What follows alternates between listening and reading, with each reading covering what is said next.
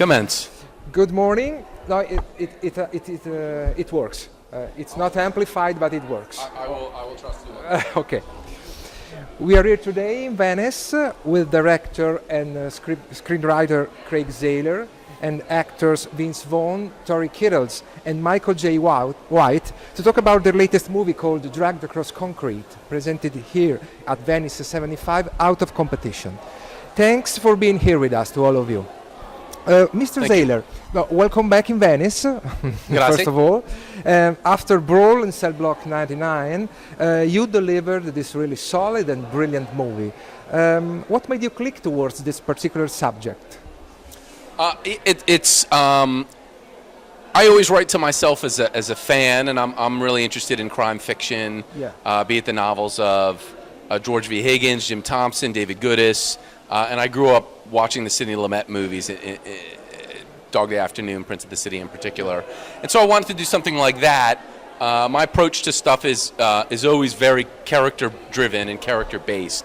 So then also on the other side of the spectrum, you have things like Nashville and Cassavetes movies, where you get this big tapestry of a lot of different characters who are all motivated and complicated, and how they interact and just building this sort of larger world.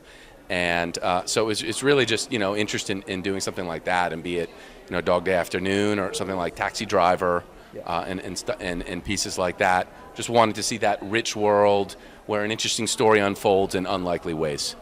Okay, thanks. Mr. Vaughn, this is the second time in a row that you work with Mr. Zahler, so welcome back in Venice to you also. Thank you. Grazie. Can you elaborate about this Anthony Elf Italian character? Yeah, well, I think, it's an interesting story where Anthony's concerned because, he obviously has a friendship. I think like a lot of the characters in the movie, he's a product of where he's from. But he's aspiring to be more and to have more in his life. I see the picture as a morality tale in a lot of ways, where you can empathize or see situations that characters are put in, but ultimately, there's consequences to the decisions that you make. And, like with both Tory and Michael, I thought were terrific in the film. You really get to spend time with those characters, and you hear, I love the story you guys have in the movie with the backstory about, the birthday parties. These guys obviously have a childhood. This is a friendship that goes way back. And, as those things unfold, it starts to paint a picture, I think, of longer relationships than just sort of what you're getting on the screen. I think as you spend time, it's, you can kind of understand why each character is coming from where they're coming from. Of the four characters that you see, other than the guys that are just really bad guys who you don't get a backstory for, you can kind of, relate to and empathize with, I think, all four of them. Okay, Mr. Kittles, as Mr. Vaughn said, bad men here are really bad, really bad. They face a bunch of good men who make bad things for their families. What can you elaborate about your character? What was your reaction when you first read the script? I think it's a question of good men doing bad things for the sake of their families. Yeah. That's how I approach Henry Johns. He gets out of prison and he comes home and his brother is crippled, his mom is addicted to heroin, and the situation is very dire. And so he's given this opportunity from his friend Biscuit. And it's a bad choice, but he doesn't have many options, and so it's a question of what will you do for your family and how far will you go. I think Zahler's storytelling is phenomenal because typically you follow a central protagonist, and it's all about that one protagonist and how they're going to win. And this story, it's sort of, you don't know who the protagonist is. It's sort of revealed to you as the story progresses. And to me, that's so interesting. Mm-hmm. Mr. White, about your character. Well, with this character is not unlike a lot of characters I grew up with, and actually I have a good friend that reminds me very much of this character.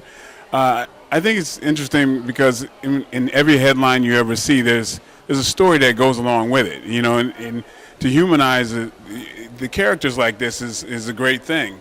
You know, I think when you know, a great thing for humanity is for any story that just passes you by, know that there's an entire human being that's on the other side of that, a fully fleshed out human being, and that's what this kind of reminds me of, and that's what kind of draw me to this character Biscuit is somebody. I mean, where normal movies, a lot of, well, not normal, but just the regular movies, you just take, you know, these characters for granted.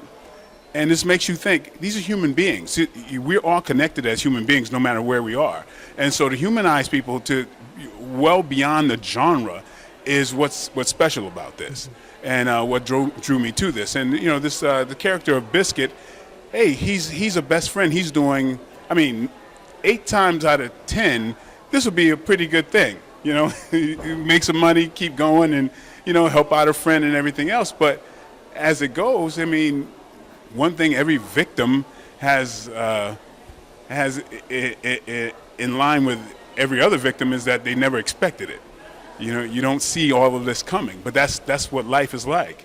And so, I mean, to have you watch a movie and take you out of moviedom into reality and humanity is, I think that's the highest honor of any movie. So that's what I feel about this and why I'm so proud of being a part of it.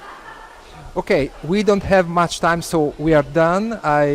Thanks a lot for your time and for this movie.